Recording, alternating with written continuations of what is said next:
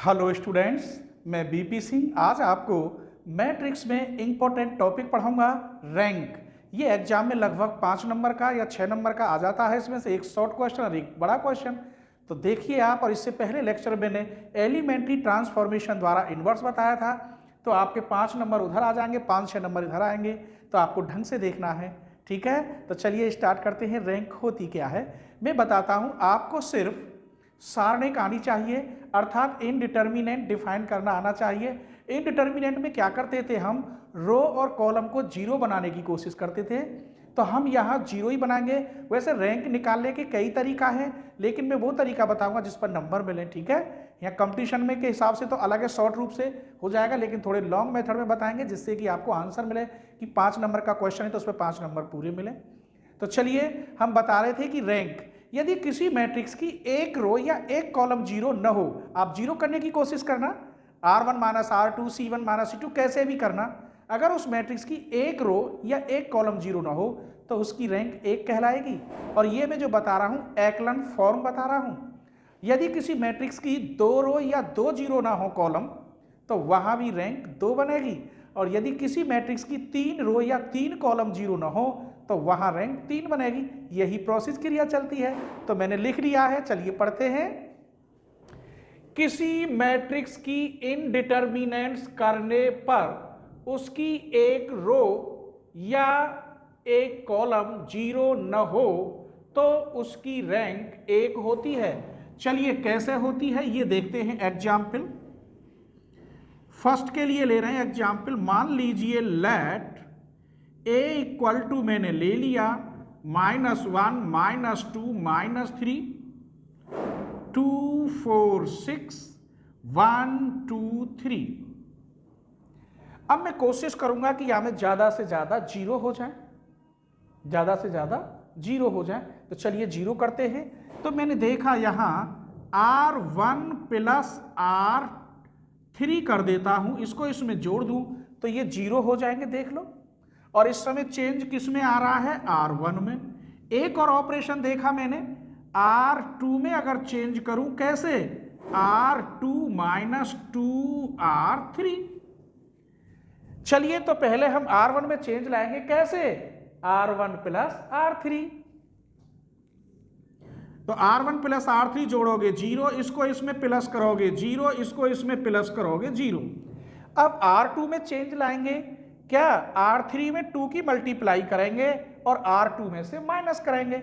इसमें 2 की मल्टीप्लाई करके इसमें से माइनस करिए, 2 की मल्टीप्लाई करके इसमें से माइनस करिए, 2 की मल्टीप्लाई करके इसमें से माइनस करिए, 1 2 3।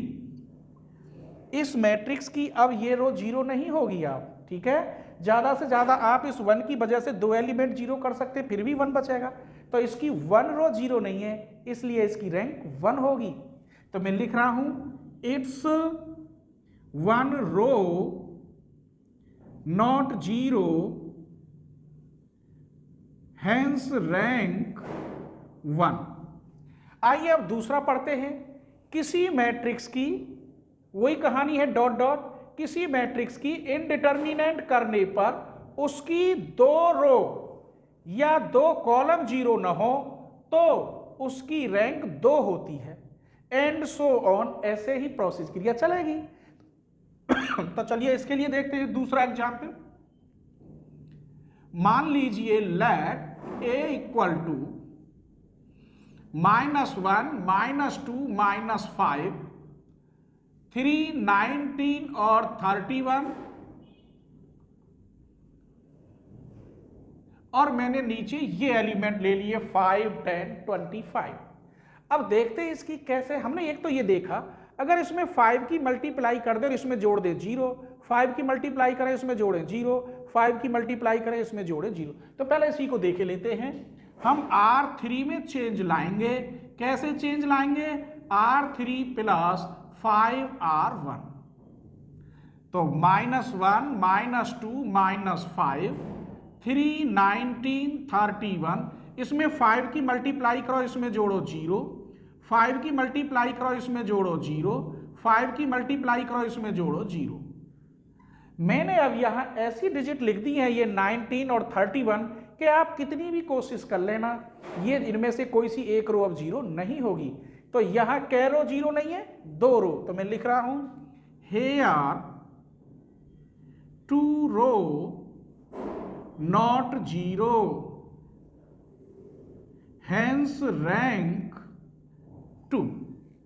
तो ये मैंने बताए 2 एग्जाम्पल। ऐसे ही अगर किसी मैट्रिक्स की 3 रो या 3 कॉलम जीरो ना हो तो उसकी रैंक 3 होगी। 4 रो या 4 कॉलम जीरो ना हो तो उसकी रैंक कितनी होगी? 4 होगी। ठीक है, आइए मैं इस पर इंपॉर्टेंट एग्जाम्पल और 200% इंपॉर्टेंट थ्योरम लेके आया हूं आज के लेक्चर में, जो हर राइटर की बुक में मिलेंगे और लगभग हर साल उनमें से एक आता है। तो पहले मैं आपको 2-3 इजी क्वेश्चन बताता हूं रैंक के, क्योंकि रैंक की जानकारी हो जाएगी, तब उन थ्योरमों को बताएंगे। ठीक है, चलिए, तो ये मैंने बड़े इजी एग्जाम्पल ले लिए हैं, आप इनको देखिए। बस हमें ये समझना है कि रैंक कब कितनी होती है। ये एग्जाम्पल है, मुझे इसकी इंडिटर्मिनेंट निकालनी है। ये नहीं है कि इंडिटर्मिनेंट में ऐसा साइन लगाओ, आप कैसे भी साइन लगा सकते हो, इससे कोई फर्क नहीं पड़ता यहाँ बीएससी में। डिटर्मिनेंट में बस मुझे ये देखना है कि इसके जीरो रो या कॉलम कैसे ही ज्यादा से ज्यादा जीरो बने। और हाँ, जो ऑपरेशन में लगा रहा हूं आप वो ना लगाएं, आप अपने दिमाग से लगाएं कि कैसे हमें जीरो बनाना है। ठीक है, और मैंने इसकी जो लीनियर अलजेब्रा की वेक्टर स्पेस की वेरी इंपॉर्टेंट थ्योरम दी है, प्लेलिस्ट में जाके देखें। और इसकी मैट्रिक्स की भी मैंने inverse, Hermitian, symmetric, skew symmetric, ये सारी मैंने लेक्चर लेके आया हूं। आप लेक्चर बाय लेक्चर देखें तो पूरी किताब होती चली जाएगी आपकी।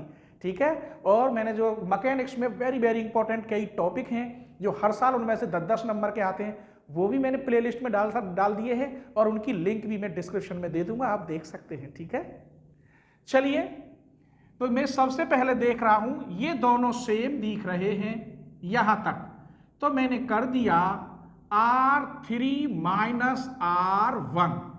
मुझे ये भी सेम लग रहा है मल्टीप्लाई करने के बाद, तो मैंने लिख दिया R2 माइनस 3R1। यहां चेंज आप चाहें तो लिख सकते हैं R3 में चेंज, वरना कोई जरूरत नहीं है, सबको पता है कि क्या चेंज हो रहा है। इसमें से ये माइनस हो रहा है तो R3 ही चेंज होगा। ठीक है, तो चलिए सबसे पहले R1 में कोई चेंज नहीं है, 1 3 4 3, इसमें 3 की मल्टीप्लाई करके इसमें से घटाओ, ये ऑपरेशन लगा रहे हैं 0 0 0। 3 की मल्टीप्लाई करो, 3 3 जा 9, इसमें से माइनस करिए तो कितने बचे? 9 में से 3 गई तो माइनस के 6, इसमें से इसे माइनस करेंगे 0 0 0, इसमें से इसे माइनस करेंगे तो माइनस के 2। अब हमारे पास जीरो बनानी है, लेकिन यह ध्यान रखना है कि ऐसी कोशिश करें कि जो जीरो हमने बना ली है शायद वो खराब ना हो, और नहीं फिर तो इसी में सुबह से शाम हो जाएगी, 3 घंटे इसी में लग जाएंगे। तो आपको देखना है कि कौन सा ऑपरेशन लगाने से जो जीरो बना ली है उनकी जगह पे कोई अलग इंटीजर तो नहीं आता। तो मैंने देखा ये जो 1 है इसकी वजह से ये तीनों जीरो हो जाएंगे, और जो जीरो पहले बन रही है वो खराब नहीं होंगी, अर्थात उन पर कोई एलिमेंट नहीं आएगा। देखिए ये C2, तो C2 माइनस 3C1, ये C3 है, C3 माइनस 4C1, ये C4 है, C4 माइनस 3C1। तो अब ऑपरेशन लगा दीजिए, इसमें तो कोई चेंज था नहीं, बाकी सब में चेंज। माइनस 3 की गुणा करोगे, इसमें से घटाओगे 0, 4 की मल्टीप्लाई, इसमें से 0, ऐसे ही ये 0 0 0 माइनस 6 0 0 माइनस 2। अब एक बात बताइए, इन दोनों में तो आप एक जीरो कर लेंगे, एक ही तो कर सकते हैं, फिर भी या कि ये जीरो कर लिया चलो, तो एक रो और 2 रो जीरो नहीं है तो रैंक 2 है गई।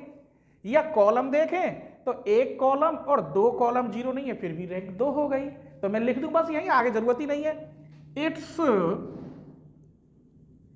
2 रो नॉट जीरो,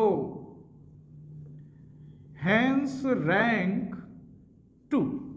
इसकी रैंक 2 निकली, क्योंकि इसकी कै रो कै कॉलम जीरो नहीं है, एक कॉलम और 2 रो तो 3 है। तो कॉलम देखेंगे हम, कै कॉलम देखेंगे अब? 2। चलिए, तो यहां रो की जगह पे गलत लिख दिया, 2 कॉलम। फिर समझ लीजिए, मिनिमम देखते हैं, रो 1 रो 2 रो 3 रो तो कोई सी भी जीरो नहीं है, तो रैंक 3 है गई। अब कॉलम देखो, 1 और 1 2, 2 कॉलम जीरो नहीं, अब रैंक छोड़ दिया, क्या कॉलम जीरो नहीं है? 2, तो रैंक कितनी हो गई इसकी? 2। मैंने लिखा था रो या कॉलम। इस क्वेश्चन पे आइए, ये सब 0 0 हैं इसमें, तो देखते हैं इनमें मैंने कुछ देखा है इसमें कि ये सेम से लग रहे हैं, बिल्कुल कैसे? अगर मैं इसे 0 करूं, इधर देखिए R3 माइनस 3R1 तो 0 हो जाएंगे। इसमें 3 की मल्टीप्लाई 3 की करो, इसमें से घटा दो तो 0 आ जाएगा। मुझे यह भी लग रहा है यहां R2 माइनस 2R1 ये हमारे 0 थे, तो एक ही ऑपरेशन में सॉल्व हो गया। चलिए R1 में कोई फर्क ही नहीं है, 0 2 3 0, 2 की मल्टीप्लाई इसमें से माइनस करो 0, 2 की मल्टीप्लाई इसमें से माइनस करो 0 0, 3 की मल्टीप्लाई इसमें से माइनस करो 0, 3 की मल्टीप्लाई इसमें से माइनस करो 0।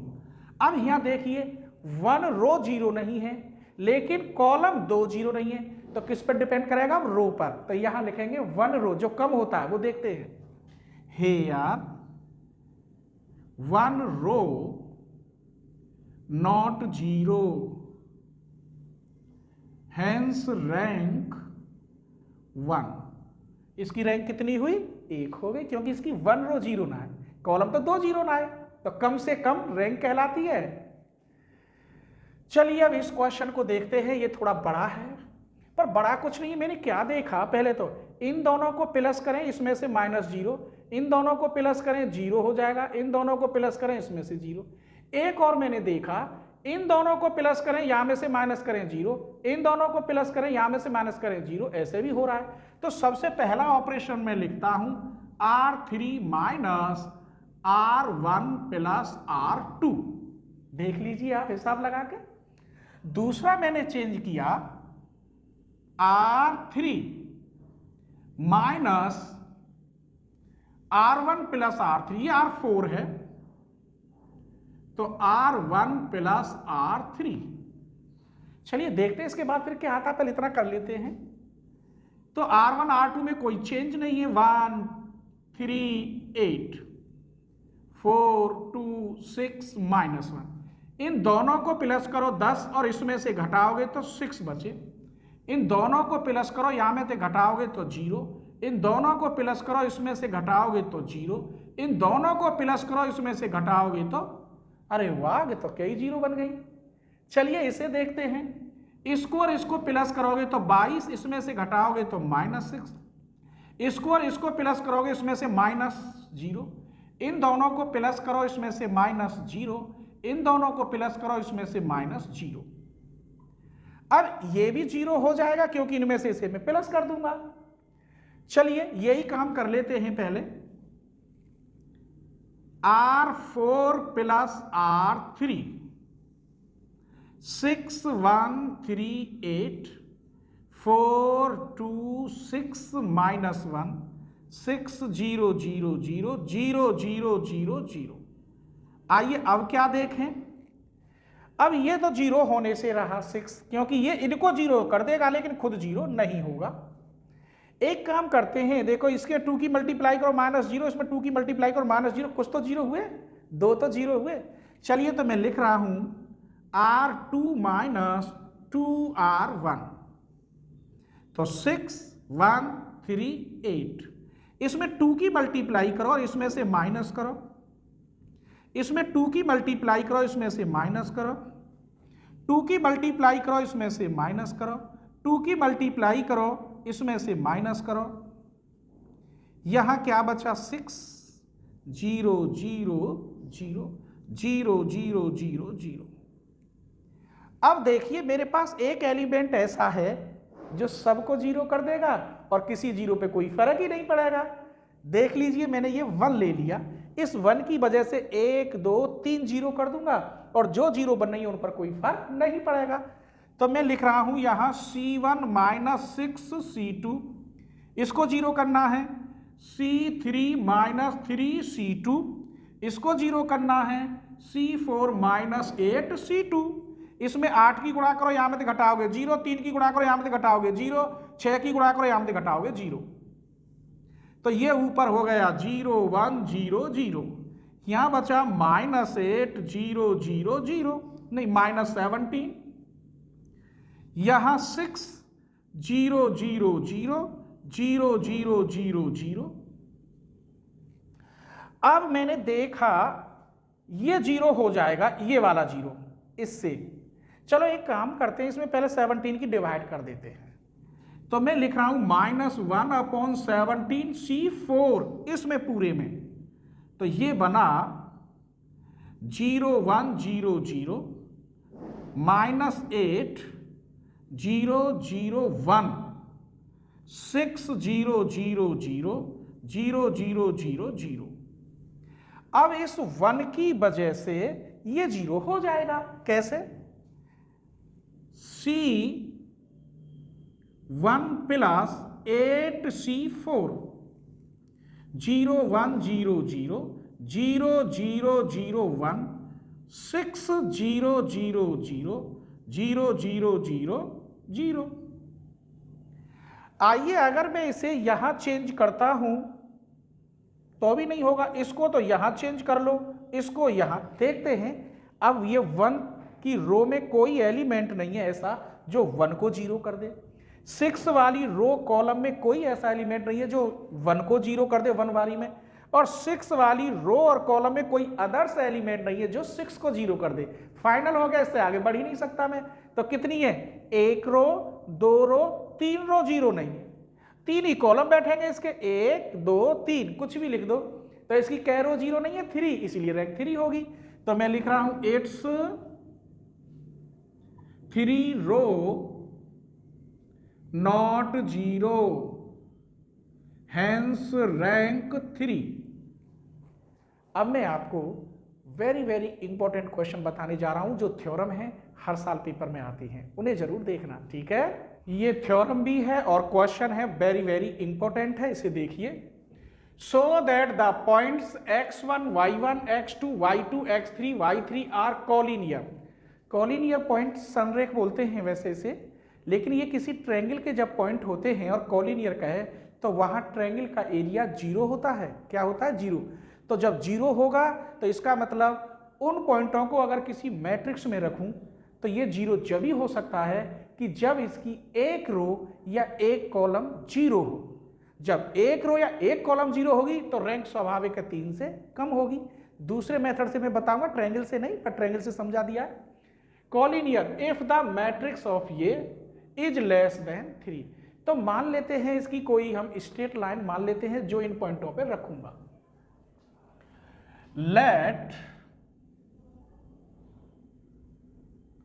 let given point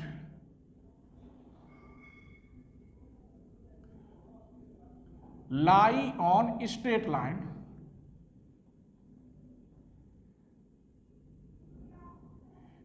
line मान ली मैंने ax by plus c equal to 0 plus 1 equal to 0, ये स्ट्रेट लाइन मान ली। इन पॉइंटों पे इसको रखिए, चलो c ले लेते हैं।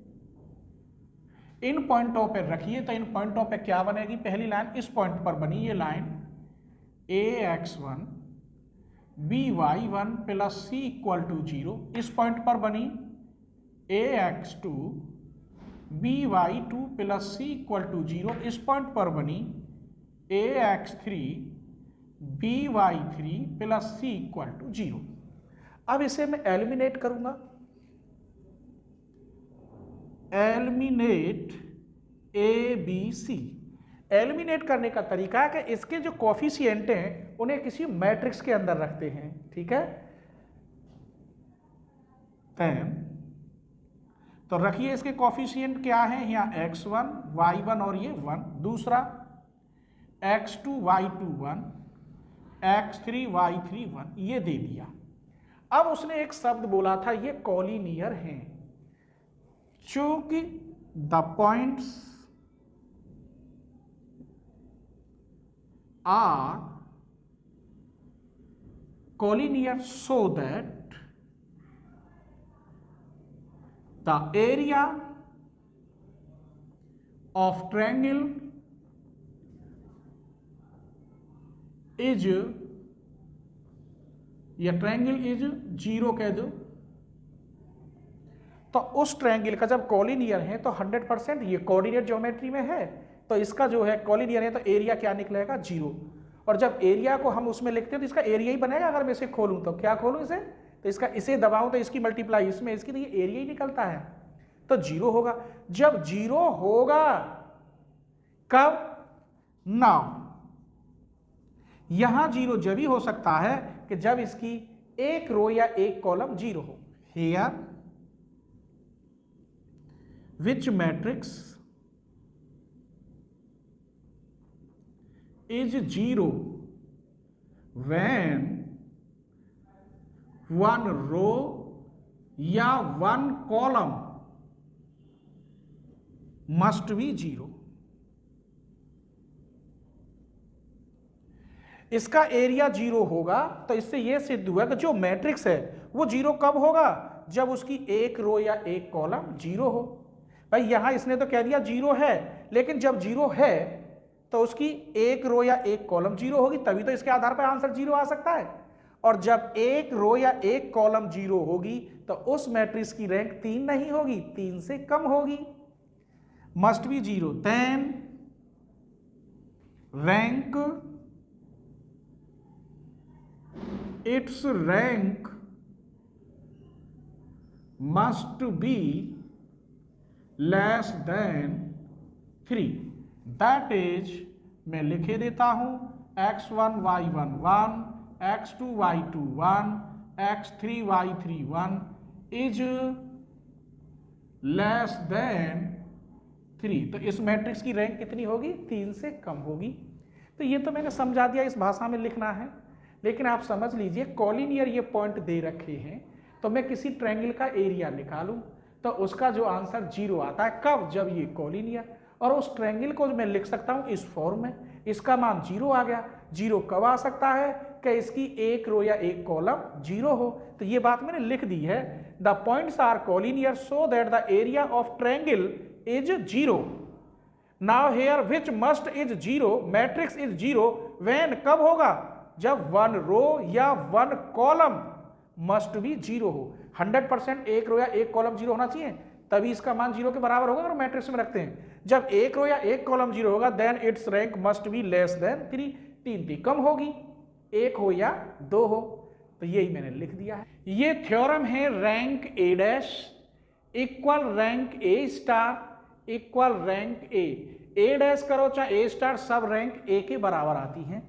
इन दोनों को समझने के लिए आपको सिमेट्रिक मैट्रिक्स और हर्मिशन मैट्रिक्स समझना होगा, और उसकी लिंक भी मैं डिस्क्रिप्शन में दे दूंगा। आइए, इसको तो बस ये है, कोई एक मैट्रिक्स लेंगे हम स्क्वायर मैट्रिक्स। ये ध्यान रखना, ये सिमेट्रिक और skew symmetric matrix, Hermitian matrix, skew Hermitian matrix, ये सभी स्क्वायर मैट्रिक्स में चलते हैं। ठीक है, तो कोई स्क्वायर मैट्रिक्स लें और उसकी रो को कॉलम में चेंज कर दें या कॉलम को रो में चेंज कर दें, इस प्रोसेस को हम ट्रांसपोज कहते हैं। आप ही बताइए, मैंने 3x3 का कोई मैट्रिक्स ले लिया और उसकी मैंने रैंक निकाली, 3 आ गई, फिर मैंने उस मैट्रिक्स की रो को कॉलम में चेंज कर दिया, तो दोबारा रैंक 2 थोड़ी आ जाएगी ना, 1 आएगी।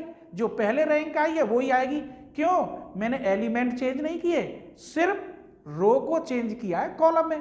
पहले भी 3x3 का था और अब भी 3x3 का है, तो रैंक तो सेम आएगी। तो इसका मतलब ये बात सही है, रैंक जो ए डैश की आएगी वही रैंक ए की होगी।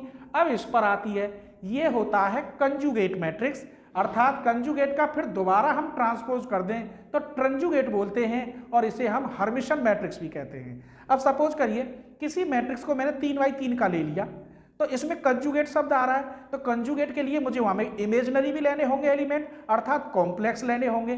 तो कंजुगेट करने पर सिर्फ क्या होगा? आई का नेगेटिव आई हो जाएगा। रो कॉलम पर मैंने कोई फर्क नहीं डाला, आई का क्या हो जाएगा? माइनस आई। फिर उसका मैं ट्रांसपोज करूं तो 3x3 का ही रहेगा, तो भी कोई फर्क नहीं पड़ेगा। इसलिए रैंक यदि ए की है वही ए स्टार की होगी।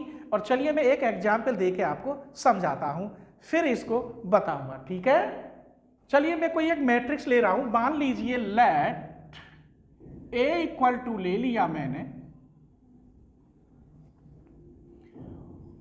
1 2 3 0 2 4 0 2 4। ये मैट्रिक्स है, ये मैंने सिमेट्रिक मैट्रिक्स लिया है, तुम कुछ भी ले सकते हो। यहां मैंने देखा ये 3x3 ऑर्डर का है, मुझे इसकी रैंक पता नहीं है, मैंने सॉल्व नहीं करी। मान लीजिए इसकी रैंक 2 है। अगर मैं इसका ट्रांसपोज कर दूं तो ट्रांसपोज करके 1 4 2 रो को कॉलम में, फिर इसको 4 2 0 2 0 3। अब देखिए कोई फर्क पड़ा, सेम है एलिमेंट, जो इसमें है वो इसमें है। मैंने सिमेट्रिक मैट्रिक्स ले लिया था, तुम कई अलग भी ले सकते हो, तो इसकी रैंक भी 2 ही आएगी जो एलिमेंट है। समझ लीजिए जो रैंक ए डैश की होगी वही रैंक ए की होगी। अब बात आई है इसकी, इसके लिए मैं एक मैट्रिक्स ले रहा हूं ऐसा, -i 2 3 3 -i 4 2i 7 और 5, यहां मैंने i लगा दिया। चलो एक बात बताओ, ये कै बाई कै का है, 3y3 का, यहां मैंने इमेजिनरी ले लिए और ऐसे कर देता हूं, लो 5 + 3i, कितना भी बढ़ा लो, ये 1 रो कॉलम 2 कॉलम 3, ठीक है, जितने रो 3y3 का ये भी। तो सबसे पहले मुझे ए बार करना होता है, बार को हम कंजुगेट कहते हैं। क्या कहते हैं? कंजुगेट। तो यहाँ तो प्लस की आई है गई 2, यहाँ 5 - 3i 3, ये i, ये 4 - 2i 7 और ये 5। मैंने क्या देखा, अब भी ये 3y3 का है, कुछ चेंज तो हुआ नहीं। आइए मुझे तो ए स्टार बनाना है, अब मैं इसका क्या करता हूं, डैश। ये मैंने वैसे ही ले लिया था matrix, i 2 5 - 3i 3i 4 - 2i 7 5। अब भी ये 3y3 का है, रो कॉलम में कोई चेंज तो नहीं आया। जो रैंक इसकी होगी वही रैंक इसकी होगी, कोई मैंने एलिमेंट नहीं हटाया, ना घटाया, ना बढ़ाया, ना कुछ भी किया। और इसे हम ए स्टार कहते हैं। क्या कहते हैं? ए स्टार। तो ये इंपॉर्टेंट है, अब मैं तुम्हें थ्योरी में समझा रहा हूं और इसकी लिंक भी मैं डिस्क्रिप्शन में दे दूंगा। आप हैशटैग ऊपर ही ब्लू कलर के आते टाइटल के नीचे दबा के देखना, मिल जाएगा। चलिए, theorem rank A dash rank A star equal rank A. मैंने लिखा है let A be square matrix of order 3y3 का। मैंने 3y3 का कोई मैट्रिक्स मान लिया, यहां लिखा तो है नहीं। देन द ट्रांसपोज मैट्रिक्स, जब उसका मैं ट्रांसपोज करूं, is formed by changing row into column and column into row. यही प्रोसेस क्रिया होती है, रो को कॉलम में चेंज कर देते हैं और कॉलम को रो में चेंज कर देते हैं। Which does not change of order, उसके ऑर्डर चेंज कहां होते हैं? हुए ही नहीं। ये भी 3y3 का था, ये भी 3y3 का था। So that the rank of matrix is equal to that of its transpose matrix, अर्थात जो इसकी रैंक होगी वही इसकी होगी। That is rank A dash बराबर rank A.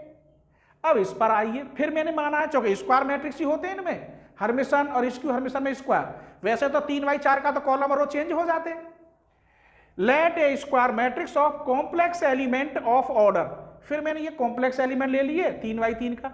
Then the conjugate element is obtain, conjugate element जो निकलेगा ओनली i4 - i। देखिए यहाँ माइनस आई है तो प्लस आई, माइनस है तो प्लस, और प्लस के 3i है तो माइनस के 3i, केवल i की जगह पर -i हो जाता है। So that matrix are same order, और मैट्रिक्स कैसा रहता है? सेम ऑर्डर में रहता है।